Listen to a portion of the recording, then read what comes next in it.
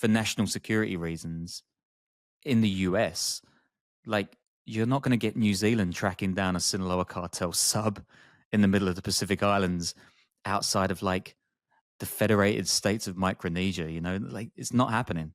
So you gotta stop the demand, and you gotta get it tracked to the border. And that ain't happening either.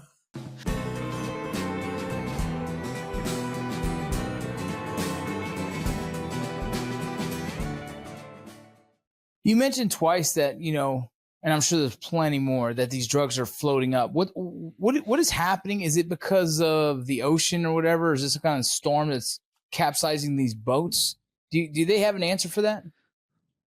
Yeah, in some cases it is. Yeah, I mean, I think in some cases it's just been like they've just missed their transshipment point. The track has gone wrong. They've used the wrong guy. He's an idiot. Like it's kind of clown show stuff. Sometimes they've just been intercepted. I mean, there's one case that's crazy, I think was in the article, that's about them using a sub in the Pacific, which, I mean, I think trans-Pacific submarines, I don't think the Americans have even got like more than half a dozen of them. So this is pretty worrying. Yeah, subs are not used often. But yeah. That's when you start seeing that kind of, when you start seeing that kind of stuff, you're like, whoa, this is a different level. Yeah, this is not like, your narco subs that you get rocking up in mangroves off the coast of Costa Rica. This is traveling in open seas. Like, this is nuts. So that's something to be concerned about. And I'm not sure that these little toy boats that the New Zealanders have just, smashed the champagne bottles on are going to be much use against them.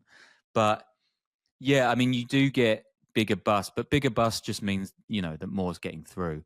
And I think that when I spoke to the head of customs here, he was very open and saying, like, we only have, best practice for checking shipping containers around the world is in Northern Europe, in Rotterdam.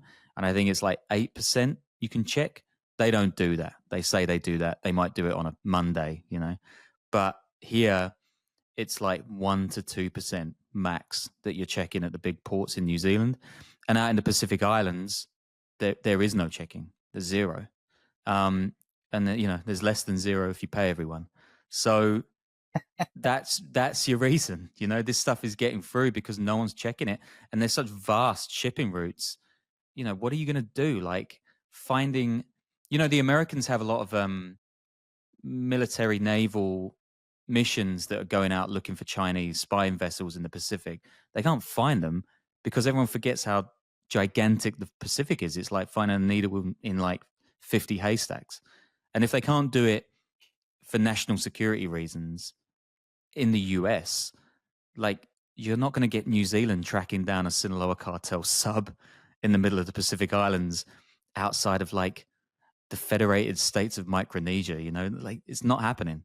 So you gotta stop the demand, and you gotta get it tracked to the border. And that ain't happening either. Yeah, it's crazy. It sounds like the cartels are now kind of considering to be global franchises, and you find them all over the world now, And now, a place like New Zealand is fascinating. It almost raises the question: what's the biggest threat to America? This criminal syndicate that's a global franchise that could make more money and cause more havoc across the world than just like, we don't have to worry about in LA anymore. We have to worry about all over the world.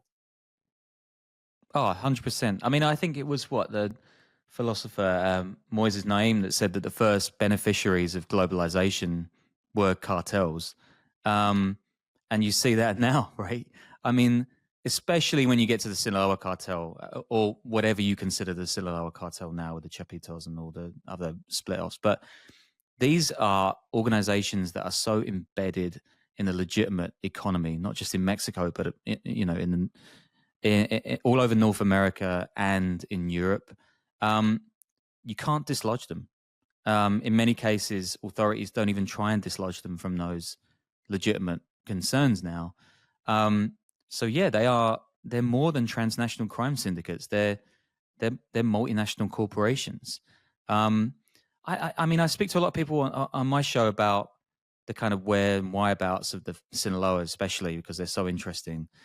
and you know, they're into like jellyfish farming in Veracruz, and they're into like real estate in sort of like in Valladolid, in the middle of nowhere in Mexico. And you're like, this is so embedded. No wonder you've got Luna, you know, the former what was he like, the anti-drug czar under AMLO and stuff like this.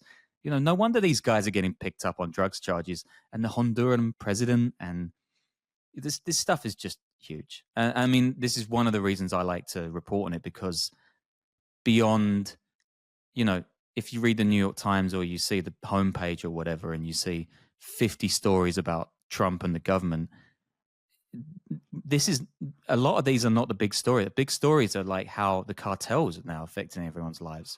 Who doesn't know someone who takes recreational drugs? Who doesn't know someone who's affected by drug addiction? Like, this is everyone now. And I think what this country, I mean New Zealand, like isn't realizing is just how quickly this can take hold, and just how difficult it is to dislodge. And they've kind of seen it with meth. Meth is a big issue. But I think once they start getting stuff coming across the Pacific in even bigger numbers, they're gonna sort of see how big an issue it is. Yeah, you mentioned Trump in the new designation of the cartel. Do you believe that that's going to have a positive ripple effect that reaches all the way out to New Zealand? It's hard to say.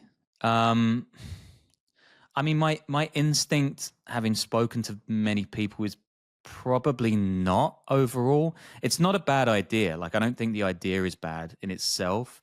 I just don't think it solves the issue at its core. I don't think you can solve this issue by acting unilaterally.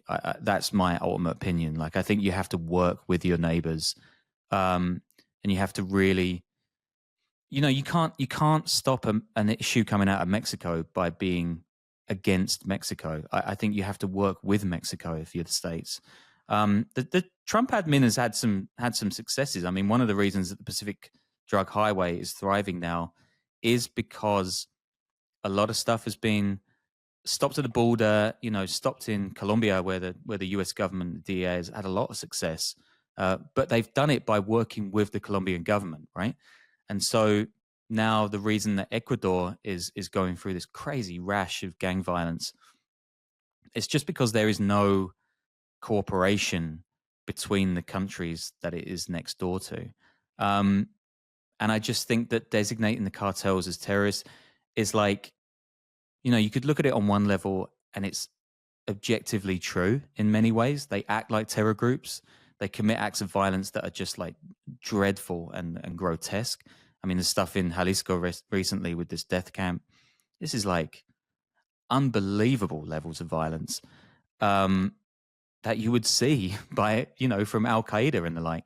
But you don't solve the issue. The issue is economic, right? I mean, people are taking drugs. This is not like an ideological fight like a terror group might have for whatever, you know, reasons. If you don't solve the economic issue and you don't work with your neighbors where the issues are, I don't think you solve the issue. You just kind of push it in another direction. But that's my instinct. I mean, maybe I'm wrong. And there have been things that the current government has done that have worked to some degree. I just don't think the designation it's not gonna get Mexico on board. I think you have to work with the Sheinbaum government to kind of like really work on this. Yeah, it's been interesting to watch. You know, there's definitely been a downtick of illegal immigration coming across the border. I'm curious to see if that has affected the drug trade as well. But in my, Yeah. I guess in my own same thought is, well, if you can't get it to America, establish a new distribution to another country, and make sure that's working, And so if America Yeah. slows it down, just go find another country like New Zealand and kick that up a little bit more.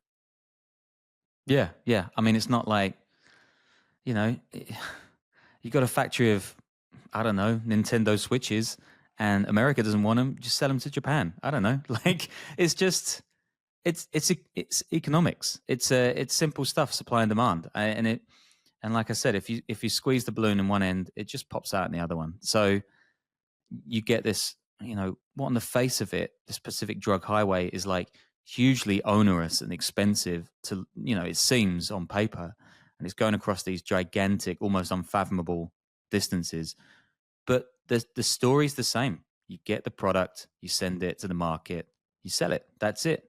And in Australia, especially, but increasingly New Zealand, they have these hugely wealthy markets. There's been some really good reporting by people on the ground in Melbourne, especially about how the gangs are sort of ramping up. It's just that it's a few years behind the curve, right? So in Europe, in North America, you had cigarette smuggling that turned into contraband, that turned into drugs. You go back to the Balkans in the 90s, this was the story of kind of like the former Yugoslavia. Same thing here.